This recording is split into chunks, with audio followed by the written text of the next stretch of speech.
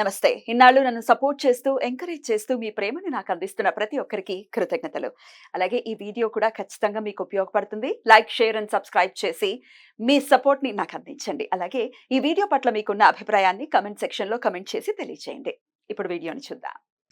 నమస్తే, welcome to our channel. నేను పద్మిని. ప్రస్తుతంతో పాటు ప్రముఖ ఆధ్యాత్మికవేత్త, వాస్తు జ్యోతిష పండితులు, లలిత ఉపాసకులు, వాస్తు జ్యోతిష శిక్షణ నిపుణులు బ్రహ్మశ్రీ నానాజీ పట్నాయక్ గారు మనతో పాటు మాట్లాడదాం. సార్ నమస్తే సార్. శ్రీమాత్రే నమః. సార్ బోర్డు మీద ధనయోగం అని రాశారు.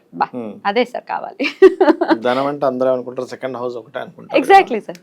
కాదా? అన్ని హౌస్లు రాశారండి. అన్ని హౌసెస్ ఎందుకు రాశానో చెప్తాను మీకు. సర్వసాధారణంగా అందరు చూసి సెకండ్ హౌస్ ప్రైమరీ, అందులో ఎటువంటి డౌట్ లేదు. మరి పంచమ స్థానం ఏంటి, 6 ఏంటి, 9, 10, 11 ఏంటంటే ఇవన్నీ లక్ష్మీ స్థానాలు. సహజంగానే ఎందుకంటే 5 ఉపాసన, మనం చేసే ఉపాసన 5th హౌస్, 6th హౌస్ మీరు చేసే డైలీ కర్మ. అవును, మీరు నిత్యం చేసే కర్మ బట్టేగా ధనం, భాగ్యం బాగుండే డబ్బులు వస్తాయి, లేదా ఫాదర్ నుంచి వస్తాయి.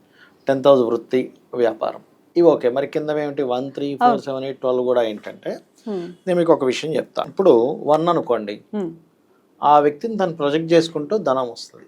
సినిమా యాక్టర్స్ ఉన్నారు, ఈవెంట్ చేసే వాళ్ళు ఉంటారు, వాళ్ళు చూపి మోడల్స్ వాళ్ళు ప్రొజెక్ట్ చేసుకోవడం. 1 ధనయోగం ఇస్తే వాళ్ళని వాళ్ళు ప్రొజెక్ట్ చేసుకోవడం ద్వారా డబ్బులు వస్తాయి. సెకండ్ కూడా ధనయోగం ఇస్తుంది, ప్రత్యేకంగా కామన్గా అందరికీ ఇస్తుంది. సెకండే ప్రత్యేకంగా ఇస్తే కుటుంబ సభ్యుల సహకారం వల్ల డబ్బులు వస్తాయి. అంటే మీకు ఎలా డబ్బులు వస్తాయని చెప్తుంది. థర్డ్ కూడా ధనయోగం ఇస్తుందండి.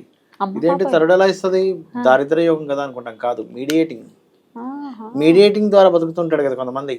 అలాంటప్పుడు థర్డ్ ఇస్తేనే మీడియేటింగ్ పని చేస్తుంది, లేకపోతే పని చేయదు మీడియేటింగ్ అనేది. అంటే ఎలా వస్తుంది, మనం కనిపెట్టాలి కదా. ఇందులో ఎక్కడుంది ధనయోగం. థర్డ్ ఇస్తుంది అంటే ఆయన స్వయం కృషితో సంపాదించుకుంటాడు, మీడియేటింగ్ ద్వారా డబ్బులు వస్తాయి ఆయనకి. 4th ఇస్తుంది డబ్బులు. 4th ఎలా ఇస్తుంది అంటే రియల్ ఎస్టేట్ పర్సన్ ఉంటాడు కదా, మరి ఆయనకి ఎట్లా వస్తుంది డబ్బులు అంటే 4th ఇస్తేనే రియల్ ఎస్టేట్ అవుతాడు. లేకపోతే చాలా మంది చూడండి, అబ్బా నేను తిరగలేకపోతున్నానండి, అమ్మో అందరికీ వర్కౌట్ అవ్వదు. అది వర్కౌట్ అయిన కోట్లలో వర్కౌట్ అవుతుంది. ట్రూ, అవును. రెండు ఎక్స్ట్రీమ్స్ లాగా ఉంటాయి. అప్పుడు 4th హౌస్ ధనయోగం ఇవ్వడం స్టార్ట్ చేస్తుంది. 5th హౌస్ ధనయోగం ఇచ్చినప్పుడు ఏమవుద్దంటే, ఐ థింక్ ఇందులో ఇంకొక లాజిక్ ఉందండి. 4th హౌస్ బాగుంది అనుకోండి ఎవరికైనా, అప్పుడు తల్లి ఇన్వాల్వ్మెంట్, తల్లి ద్వారా డబ్బులు వస్తాయి కూడా, ప్రాపర్టీయే కాకుండా. అండ్ వాహనాల ద్వారా, ఇప్పుడు వాహనం ద్వారా వస్తుందా, గృహం ద్వారా వస్తుందా అంటే ఆ 2 వేరే సెక్టర్స్ అవి. వాహన యోగాల ద్వారా ధనయోగం వచ్చే వేరే కాంబినేషన్, వీనస్ అండ్ మూన్. గృహము భూమి ద్వారా వస్తుందంటే, గృహం అంటే మళ్ళీ ఓన్లీ వీనస్ అండ్ మెర్క్యూరీ, భూమి అంటే మార్స్ ఎంటర్ అవుతాడు. మళ్ళీ ఆ ల్యాండ్స్ లో కూడా మీకు పంట పొలాల లేకపోతే కట్టుకునే ఇల్లు అంటే మెర్క్యూరీ వేరే అవుతాడు, మళ్ళీ మార్స్ వేరే అవుతాడు. ఈ వేరియేషన్స్ చూసుకోవాలి.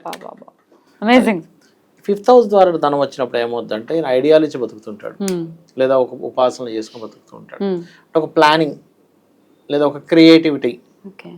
మరి క్రియేటివ్ వ్యక్తికి డబ్బులు రావాలంటే 5th హౌస్ లేదా మెడికల్.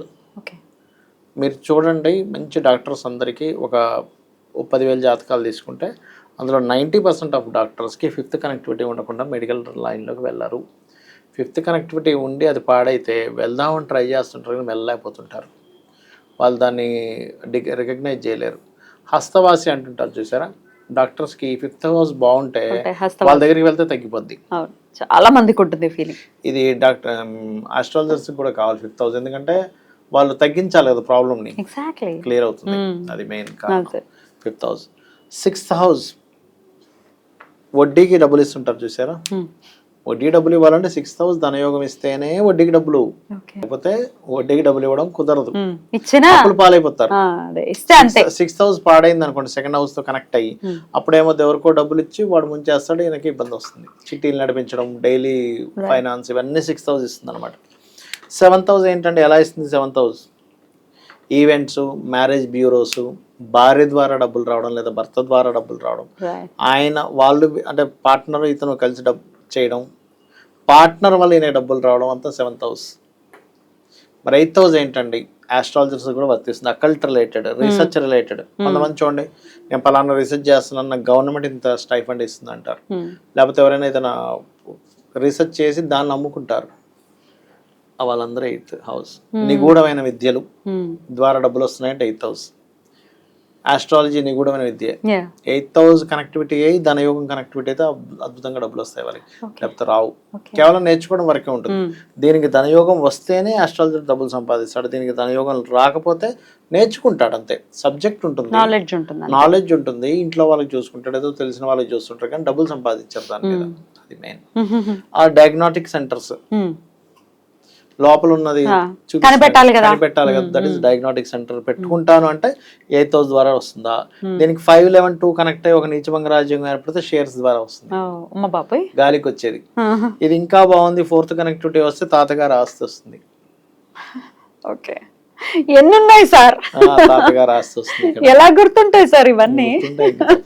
9th house నేర్పించడం ద్వారా టీచింగ్స్. ఇక్కడ ఏంటంటే 9th house ఒకటి వస్తే సరిపోదు, జూపిటర్ బలంగా ఉంటే అప్పుడు స్కూల్స్ కాలేజ్ ద్వారా డబ్బులు వస్తాయి.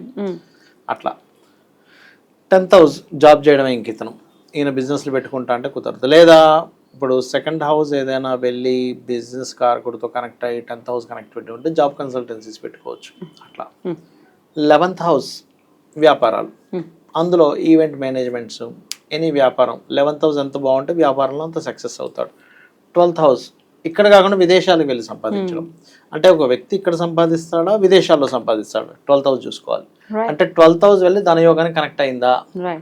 సో ఈ అన్ని houses end of the day 2nd house తో కనెక్టివిటీ ఉండాలి, లేదా 5th house తో కనెక్టివిటీ ఉండాలి, లేదా 9, 10, 11 తోనైనా కనెక్టివిటీ ఉండాలి. అప్పుడు మాత్రమే వాళ్ళ ఫీల్డ్ కి సంబంధించిన డబ్బులు రావడం దొరుకుతుంది. అయితే ఇక్కడ ఏంటంటే ఆ పర్టికులర్ దశ వచ్చినప్పుడు సంపాదిస్తాడు, ఆ పర్టికులర్ దశ రానప్పుడు యావరేజ్ గా నడుస్తూ ఉంటుంది. బట్ ఏ దాంట్లో ఏ ఫీల్డ్ లో ఉంది ధనయోగం అని మాత్రం దిస్ ఇస్ ద థీమ్. చూడాల్సిన విధానం, మహర్షి మనకు చెప్పిన విధానం ఇది. ఒరిజినల్ గా ఉన్నటువంటి చెప్పాను ఈ రోజు నేను.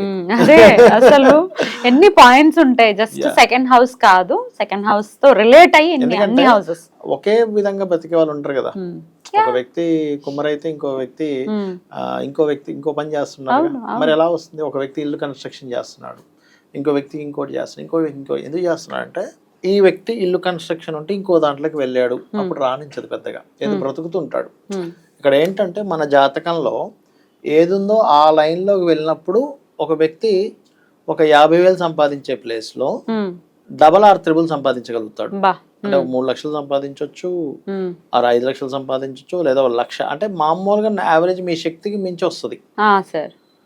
అదే పనికిరాని దాంట్లోకి వెళ్ళారు అంటే వ్యతిరేకం దాంట్లోకి వెళ్తారు, అప్పుడు ఉన్నది కాస్త ఇంకా తగ్గిపోతుంది, 820 పడిపోతుంది, కష్టాలు. అట్లా యావరేజ్ ఇక్కడ ఏంటంటే అసలు చేయకూడదు అద్భుతంగా కలిసి వచ్చేది, యావరేజ్ గా నడిచేదని ఉంటుంది. ప్రతి మనిషికి డబ్బులు వస్తాయి, కానీ ఎందుకు ఒక వ్యక్తికి ఎక్కువ ఎందుకు వస్తుంది, ఒక వ్యక్తికి ఎందుకు తక్కువ వస్తుంది అంటే బికాస్ ఆఫ్ వాళ్ళ జన్మజాతకంలో ఏ లార్డ్, ఏ భావాధిపతి ధనయోగాన్ని ఇస్తున్నాడు. దశ వస్తే ఇంకా టాప్, దశ రాకపోతే ఇప్పుడు సినిమా యాక్టర్స్ కూడా చూడండి, ఏదో సినిమాలో అప్పుడప్పుడు అడపాదడప చేసేవాళ్ళు ఉంటారు, టాప్ లో ఎక్కువ వెళ్తారు. అవును సార్, సడన్ గా వెళ్తారు. ఇది కారణం. యాక్టర్లకి 3rd house కూడా కనెక్టివిటీ ఉండాలండి. హావభావాలు వ్యక్తీకరించడం కదా, యాక్టింగ్ కదా, 3rd house కూడా కనెక్టివిటీ ఉండాలి. Beautiful sir. డెఫినెట్ గా మరి మేము ఏ ఫీల్డ్ లోకి వెళ్ళాలనుకుంటున్నాము, లేకపోతే ఎటు వెళ్తే బెటర్ అవుతుంది అనేది డెఫినెట్ గా ఒక చాట్ చెప్పేస్తుంది. బ్యూటిఫుల్. చాలా అద్భుతంగా వివరించారు సార్, కృతజ్ఞతలు సార్. నమస్తే. శ్రీమాత్రే నమః.